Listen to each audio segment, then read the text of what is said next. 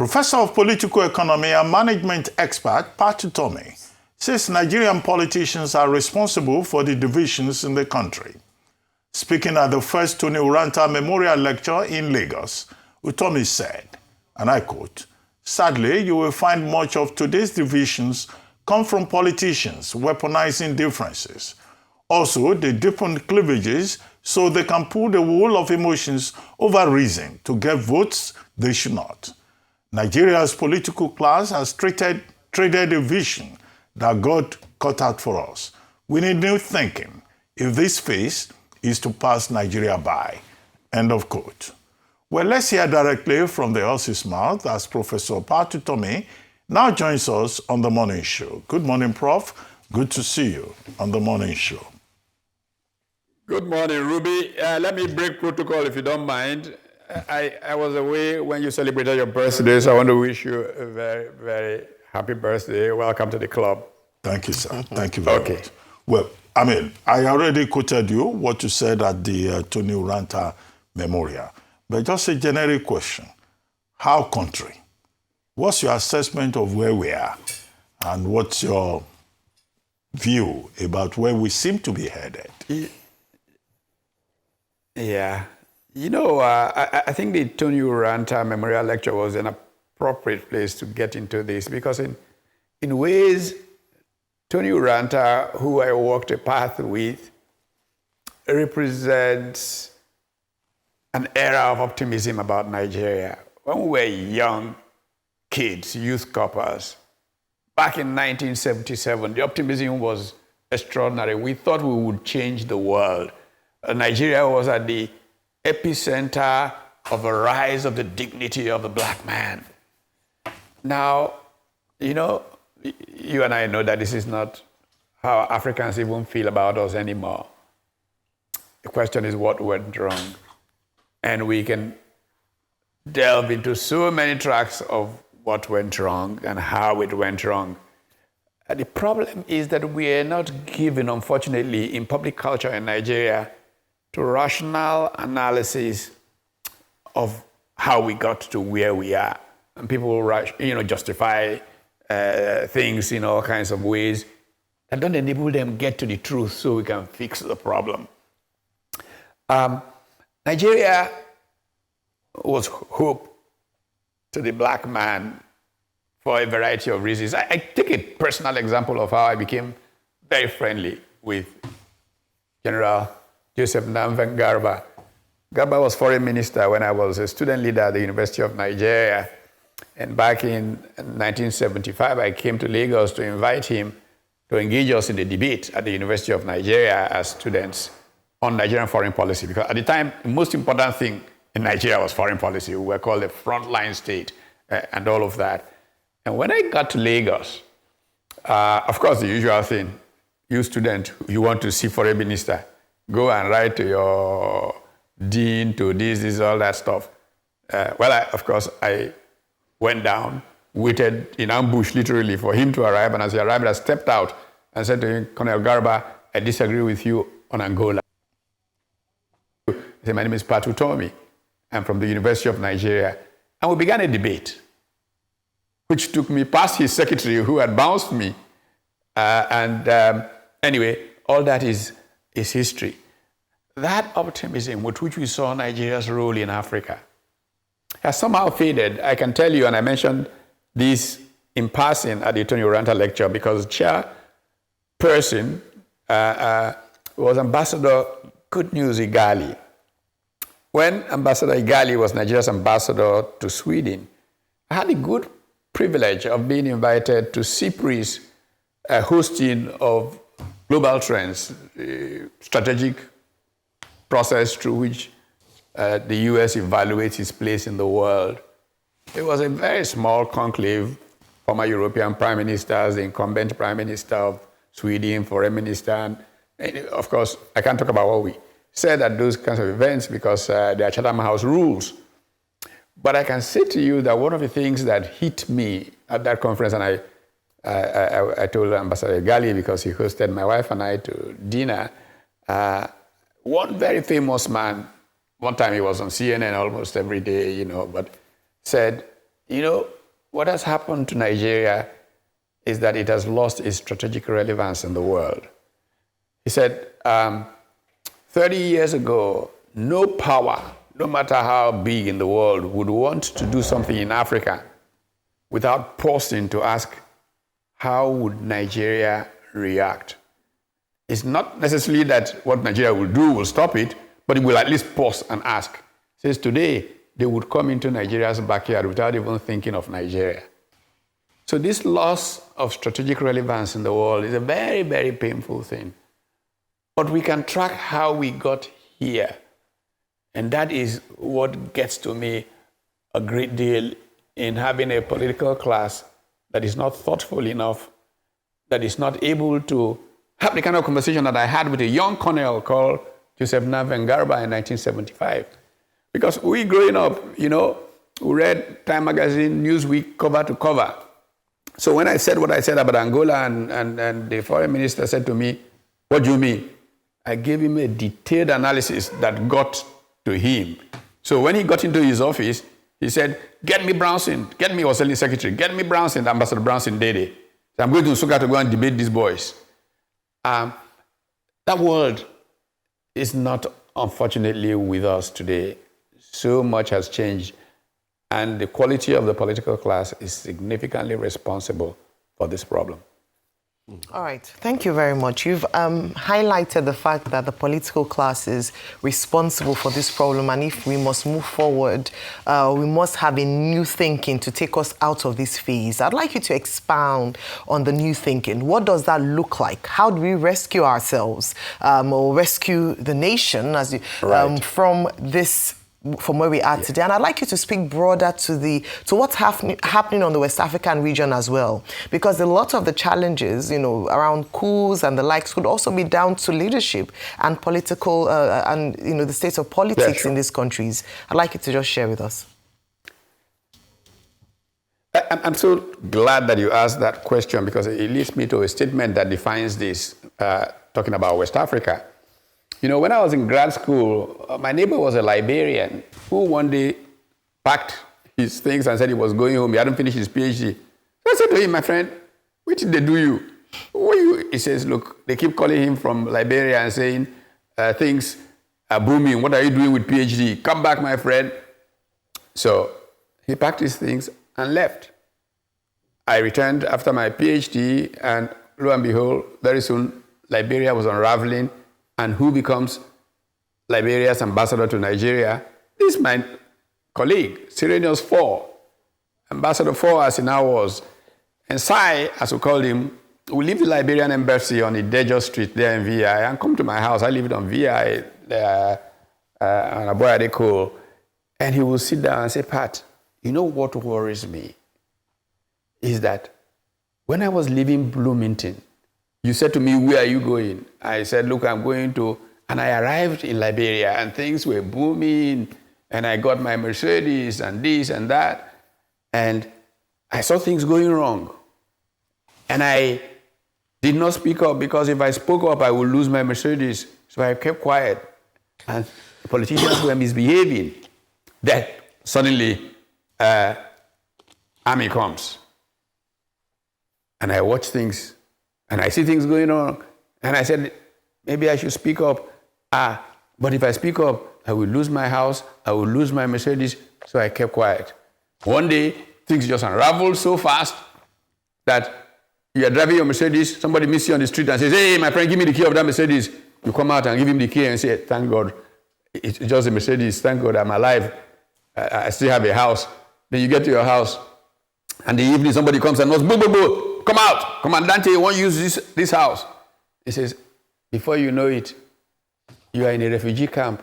Your hands are chopped off. The things, he said, Pat, you Nigerians are pouring Nigerian blood like water down the gutters of Liberia to save us. And really, truly, we are grateful. Pat, you Nigerians are spending Nigerian money like it is going out of fashion to save us. And we are truly, truly grateful. But Pat, what is wrong with you guys? You are just trying to repeat exactly what brought us to where we are. That's the way that I come to the problems of Nigeria. the heroics of the things that we did to save other Africans, we took no lessons away from them. We behaved like they behaved to get where Cyrenius 4 explains to me they got to. Now, if we were wise people, we would have a thoughtful guardian class that would tell us when we begin to go away from what makes sense. Look, oh, this is what happened to Liberia. That's how they got there. This is how Sierra Leone got to where they are. This is why Somalia got to the point that they got to. But we have blocked our ears to thinking people. We have allowed the political class, influenced by the rentier state, which the only thing that matters is get money, and SUV. When I see, politicians don't know how I look at them. When I see the big motorcade, I look at them, I say, this is an idiot going. The hungry country, we can't spend the resources of our country to do what we need to do to fix it, but our egos are driving us down. I took to more depth reflection, and people who have studied these things. How did societies fail through human history? Why did they get to behave in a particular manner? A number of, and I don't have the time to go into all of it, but a number of things I'd suggest to people to do, to go and reflect on Carlo Cipola's work on, idiots, on stupidity. And look at the work that has been done on idiots, tribesmen, and citizens. Okay. What we need to do now is begin to raise citizens, people who, of good conscience, can call their country back and say, look, this way we're going will lead to Prof. destruction. It will lead to our Okay, Prof. Prof, thank you so much, and Prof, I was just laughing at the Nigeria you had and the Nigeria we are having now. Well, Prof, what do you expect? All right, you said we should build a thinking population. We are building sycophants and data boys. That's what we are building. I mean, look at the ambassadorial list, Prof. Sadly. Look, the ambassadorial list speaks enough for you. Just look at that ambassadorial list. But let me take you somewhere. If you read Lee Kuan Yew's book, in Third World to First World, he said something in chapter 18. Yeah. He said, in 1975, I visited Nigeria, met many of the civil servants. They were bright. But the trouble was that they were not able to translate their ideas into action. They were too busy fighting each other for power and the spoils of office. The result was that Nigeria, with all its oil and wealth and talented people, remained underdeveloped. He further said in that chapter, I have said publicly that in Nigeria, the government ministers drive Mercedes, but the roads are bad. In Singapore, ministers take the bus or drive modest cars, but the roads are good. The difference between a society where leaders think of their country first and themselves second, and one where they think of themselves first and the country second. How can we turn this paradigm around? Lee Kuan Yew said it. Lee Kuan Yew is dead today. Yes. But he wrote it in his book. When we go to, because, I spent my lifetime talking about the Southeast Asian miracle. I go there every year. I'm supposed to go this weekend. I don't know the way my body is feeling, but I will still go. In all those years, I kept giving Singapore examples. Sometimes Nigerians think it's exotic. So I stopped Singapore examples to an extent. And I turned to closer examples. Cairo. Just Cairo in Egypt here. Went to an AfriExim meeting 2 or 3 years ago. And I stayed in the same hotel with a group of Nigerian bank MDs. And they had ordered a limo. And I think a Toyota Corolla showed up. That was a limo in Egypt for them. And they were so upset. I recall their conversation. And it just struck me about the Nigerian problem. I went to Mass this morning. As I was coming, I saw a number of cars, FG, Range Rovers. And I thought these same thoughts you are thinking. Only in Nigeria. Look, the top officials in Egypt will show up in Toyota Corolla, minister, and all of that. In Nigeria, the most expensive cars are driven by civil servants, public officials, and then the people can't eat. I wondered where that logic came from. But somehow, the country of the big man arose during military rule. Although, again, to be very fair, General Obasanjo showed remarkable example when oil prices took a dip on his first watch, and he went down to a Peugeot 504. That was the head of state's official car. Everybody else went below that. And I look at what is going on now, and I think if soldiers can be smart enough to realize this, how come elected politicians are doing what they're doing with public resources? And I knew we were in very, very serious trouble. How do we redeem ourselves? Okay, a number of thoughts. I mentioned Carlo Cipolla.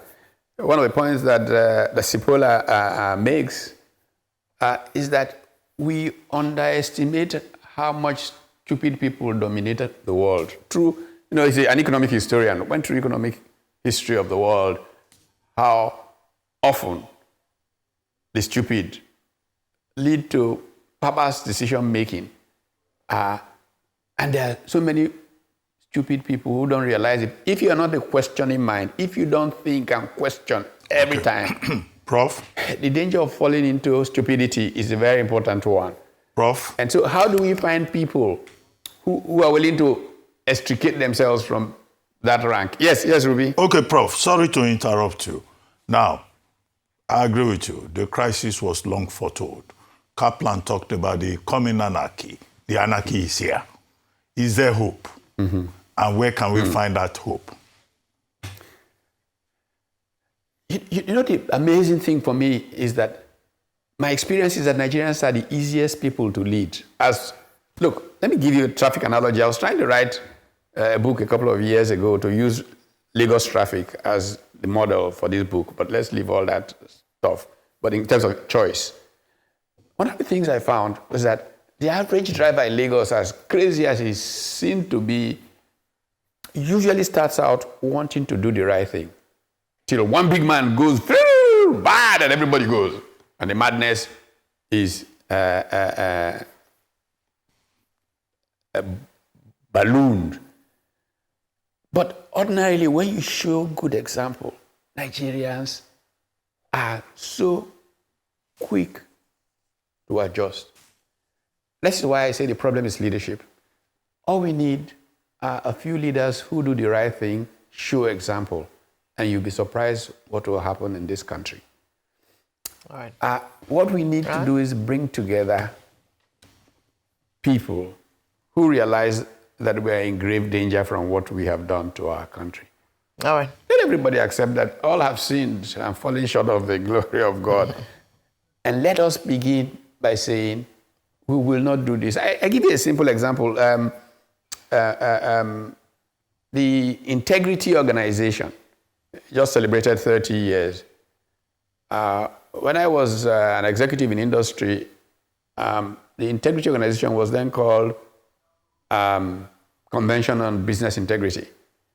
And they came to the Chamber of Commerce to illustrate the power of example. And said, if we had a public event where you, the leaders of business, stand up in public, like in race course, and say, I will not give and I will not take. That is, I will not give a bribe, I will not take a bribe. That the power will be so much. And I thought, that is fantastic thinking. We're more than 60 top business leaders. I'm sure in that room, 70% of private sector GDP was there. And when they called us, only 3 people, Dr. Christopher Kolade, then managing director of Cadbury Nigeria Limited, a surveyor of blessed memory, Kukoyi, and myself, only 3 of us were ready to say, we will not give a bribe, we will not take a bribe. And look where we have gotten. Imagine that in that room, all of us had said, I will not give, I will not take. So this is what we need today for Nigeria to have leaders that come forward and say and do. Thank you so much. Leaders that say and do. Thank you so much for your time with us. Earlier on, I'd mistakenly said, slip of tongue said pastor, but you quoted the scripture, so I think I was very right in saying that prophetically. Pastor, Professor Pat Utomi, thank you so much for your time with us this morning.